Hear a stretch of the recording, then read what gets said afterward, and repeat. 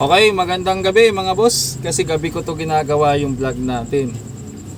So sa mga viewers ko dyan na andyan pa, alam ko hindi nagiging regular o tawag dito, hindi nagiging uniform yung pagbablog natin. So ako po ay isang full-time electronics technician na nagpo-focus lang o naka-specialize lang sa mga amplifier. So pag sinabi kasing electronics technician, marami po 'yan. Mayroong mga sa medical equipment technician na electronics, mayroon namang sa mga maintenance. So ang dami nun, mayroon namang mga TV, mayroon namang all around. So marami sa mga electronics technician ay all around. Mayroon namang mga katulad ko na nag-focus na lang sa amplifier. Dahil hindi tayo multi-talented. Kumbaga ito lang yung laging pumapasok, pwede dito na lang ako kasi puro amplifier na lang. Actually dati puro din halo-halo din yung ginagawa ko, mga amplifier, mga TV, basta ang dami, mga DVD, VHS, black and white TV, yung mga vacuum tube pa. Nabutan ko pa naman yon. Hindi pa naman ako ganun katanda, pero kahit pa paano yung huling era na yon naabutan ko pa, katulad ng VHS, VCD, naging DVD, mayroong DVCD pa ngayon. Tapos hanggang ngayon na puro na TV Plus na. Okay, hindi yun ang natin. Hindi yung pinaka main topic natin. Ang main topic natin ay DIY. Yan. DIY, do it yourself. Yun ang sabi doon, do it yourself. Okay? So pag-usapan natin yung do it yourself. Ika nga sa gagawin nating, sa ginawa nating thumbnail, DIY for more. Yun. Ano nga ba? Kasi maraming gusto na mag DIY, pero takot naman gumastos o ayaw gumastos. Yun ang nagiging problema. Gusto magpa-assemble ng amplifier pero ayaw gumastos. Minsan din kasi hindi rin naman nila alam o wala silang idea o mali yung idea na pumasok sa isip nila o mali yung idea na nakuha nila. Kaya pag nagtatanong sa technician at nabigyan ng estimate, medyo sa una masigasig, sir sige pagawa ko sir, pag binigyan mo na ng quotation biglang sabihin ko muna sa misis ko, pag sahod na, pag nagkapera na, pag nagkaalaman na kasi ng price, kung mga nagbigay ng estimate, umaatras na. So uulitin ko lang, alam ko nakagawa na ako ng vlog na ganito, uulitin lang natin uli para sa mga viewers natin na hindi pa nakarinig o hindi pa nila alam. Tutulungan natin sila para maintindihan nila na ang pagdi-DIY po ay diretsuhan na. So ito na naman, yari na naman ako nito. Yari na naman ako nito. Itumbok mo kasi, hindi yung paligoy-ligoy pa. Alam mo mga boss ang pagluluto naman ay parang yan, kailangan ang daming palabo o daming ricado, parang ganun. Kailangan ginaganon-ganon natin. So sa madaling sabi, kapag direktang sinabi, ang pagdi-DIY at pagpapa-assemble ng amplifier ay mas magastos kumpara sa bumili ka ng bago. Yun ang katotohanan.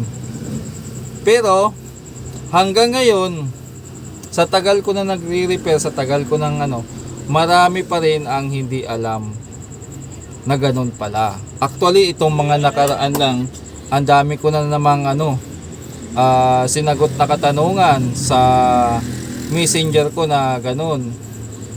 Katulad nito, pinost ko to sa FB page ko. So, tinatanong kung binibenta ko ba to. Sabi ko hindi pa tapos. Hindi pa tapos. Tinatanong kung magkano. Bibilhin na lang daw nila. Kumbaga itutuloy na lang daw nila. Sabi ko, sure kayo? Sabi ko, wala pa naman akong presyo dito kasi hindi pa tapos.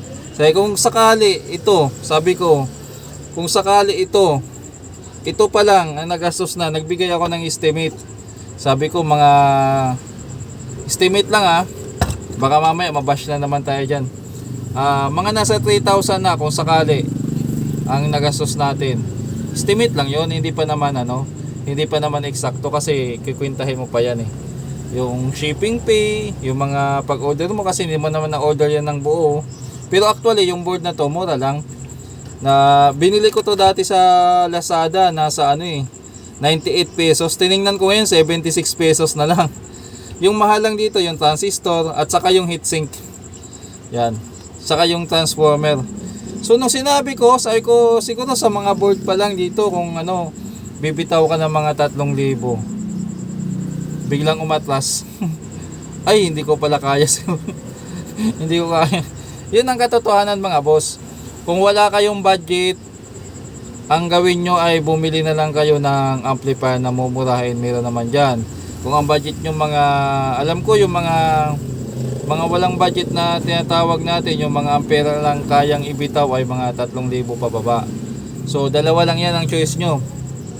Bumili kayo ng bago na mga mababang klase o mababang wattage, o yung mga mumurahin na mga nag-range ng 2,000 hanggang 3,500 siguro kasi tumaas na ngayon yun. O kaya maghanap kayo ng second hand na siguro mga 5 auto makakabili ka ng 2,500, 3,000. Kaya lang ang problema sa second hand naman mga boss ay depende yan sa bibilhan nyo, lalo na sa mga marketplace, diba? Pag binili yan as is yan, wala nang wala nang tawag dito, walang warranty yan, as is yan. Kung anong itsura nung binili mo, tapos halimbawa nabili mo, gumagana naman, pagdating sa bahay nyo is ilang oras lang bumigay, problema mo na yun. Yun ang problema sa second hand. Ako naman dito kahit papano, pag nagbibenta ako ng second hand, may warranty pero medyo mataas ng konti kumpara sa mga nakikita nyo sa marketplace. Kasi ni-repair ko muna, ni-recondition ko muna bago ko ibenta. Kumbaga, nasa good running condition bago ibenta. Pero yung mga ganon, sa mga walang budget, yung mga ganong klaseng aayaw sila doon. Kasi syempre low budget lang ang hanap nila Yun lang yun. At saka aminin na natin sa hindi, merong mga magnanakaw na nagbibenta. Yung mga galing sa magnanakaw. Sa totoo lang, meron naman mga ganyan, di ba? Yung mga addict, o kaya yung mga may mga bisyo, o yung mga magnanakaw, yun. Sabihin na natin, totoo naman talaga na merong mga taong ganon. Huwag na tayong ano dyan Yun lang. Kaya sa mga magpapa-assemble ng amplifier, kailangan po may budget kayo, lalo na karamihan sa mga nagtatanong ngayon, gusto talaga ng malakas, gusto talaga ng actually kanina may nagtanong sa akin ng pagpapagawa ng amplifier. Sabi ko, magpapagawa ka ba o magpapa-assemble? Boss, i-assemble mo nga ako ng 4,000 watts. Sabi ko, 4,000 watts RMS, sigurado ka? Sabi ko, kuya, malaki-laking mataas ang watts nun. Sabi ko, magkano ba budget mo? 3,500. Sabi ko, nagbibiro ka naman kuya hindi naman naabot yung 3,500 mo sa 4,000 watts. Pwede yun, yung mga 4,000 watts na PMPO, yung mga ganun. Sabi ko, yung 3,500 mo kuya, pang integrated amp yan. So hindi naman niya alam. Kasi actually ito nga nagpagawa sa akin ng speaker kanina. Tingnan mo itong speaker niya ang laman ang liit ng voice coil. Yan. So sunog siya, yan sunog na yung niya. Yan, ito yung iniwan na dito yung sira. Pinalitan namin ng ito nakalagay nito sa box niya, 450 watts ang nakalagay. Nung binuksan namin, ayan, kapiraso. Alam nyo ba na yung Daiichi ko dito na 10 inches din na speaker na kinabit namin doon kasi hindi na namin to inayos. 100 watts lang yun pero malaki pa magnet nito. Malaki pa magnet dito at saka yung voice coil. Kaya nung pinakita ko sa kanya, sabi ko, ito kuya, mura lang, 400 lang, sabi ko. Ikabit natin dyan. Yun, pumayag na siya. Kaya mga boss, yung mga watts na yan, kung naghahanap kayo, ganito lang kasimple yan. Gusto nyo ng magandang quality, gusto nyo ng matibay, gusto nyo ng pangmatagalan, gusto nyo ng magpa-assemble, gusto nyo ng halimbawa mag-DIY kayo, Ang kasagutan dyan sa mga sinasabi ko, kailangan mayroon muna kayong malaking budget. May pera muna kayong panglaan. Kasi katulad ko, nangahas ako mag DIY. Ito naman, nabili ko lang board, parang katuwaan lang. Sinubukan ko lang. Hindi natapos, hanggang dito lang. Wala pang transformer yan. Kung kailangan ko pa ng transformer niyan, mas malaki pa gastos, kaha pa. Diba? Maghahanap tayo ng mga lumang kaha, ilalagay dyan. Masilan ka pa sa kaha.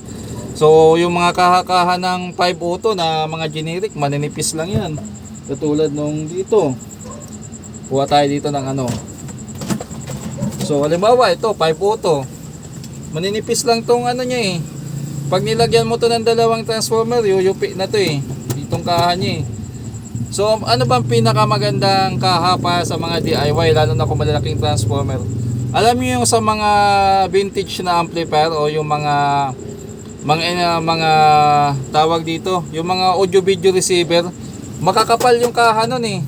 Yun ang gamitin yung mga boss, yun ang maganda pang DIY. Yun nga lang ang mukha, babaguhin nyo na lang. Pero para sa akin yun ang maganda. Ito kasi manipis eh. Hindi uobra. Nasubukan ko na, kaya pang ano lang talaga to, pang maliitan lang. Kaya kung gusto nyo mag DIY, unahin nyo muna maglaan ng budget. Kung gaano kalakas yung habol nyo, ay ganoon din kataas ang gastos nyo. Ganoon din kataas ang gastos nyo mga boss. Ganoon lang kasimple yun.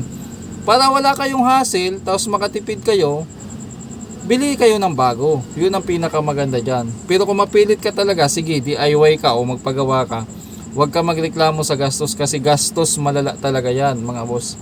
Ito, sinasabi ko nga, pinost ko nga to eh. Ang dami nga gustong bumili. Kaya lang, nung namalaman kung magkano gastos ko, halos lahat na nag-inquire nagsiatrasan eh. Ay, wag na boss, kasi baka hindi ko kaya. Magastos talaga. Magastos talaga mga boss. Kaya sa mga magdi-DIY dyan isip-isip muna. Lalo na kung Pero kung meron naman kayong malalim naman yung bulsa nyo, marami kayong pondo, mag-DIY kayo. Kasi ang kinagandahan lang naman sa DIY, makakapili ka ng mga materialis na gagamitin. Pwede mong ikaw magdidesisyon kung anong klase ang i-DIY mo, kung ano yung design. Sa panahon ngayon, madali na lang kasi may mga nabibili ng ready-made na board tataniman nyo na lang eh. Ikaw kung magdidesisyon kung gaano kalakas yung gusto mo, tapos kung saan mo ilalagay, at ang pinakamaganda dyan sa DIY, yung pakiramdam na yung proud o yung masaya ka na ikaw ang gumawa, pinaghirapan mo isa-isa. Iba kasi ang pihit mga boss. Iba ang sarap sa pakiramdam kapag nagpapatugtog ka tapos ang gamit mo yung amplifier ay ikaw mismo ang nagbuo. Sa totoo lang, sa mga mahilig lang to ha, sa mga naman dyan, sa mga hindi ko naman in-encourage na lahat ay mag DIY, pero sa mga lang dyan, sa mga mahilig lang din sa sounds, mas maganda mga boss, promise, mas maganda yung mas masarap sa pakiramdam kapag yung pinapatugtog mo ikaw din mismo nagbuo, pati yung kunyari yung box ko, pati yung speaker na ay ikaw nag-assemble na ko. Iba yung proud. Hindi naman kailangan bungga ka agad yung gawin. Pwede ka naman magsimula muna sa maliit hanggang sa pag medyo bihasa ka na o medyo kabisado mo na, hatawin mo na ng mga matataas na voltahe. Madali lang yun mga boss kapag wag lang magmadali. Yun lang. Kaya ang masabi ko, DIY pa more.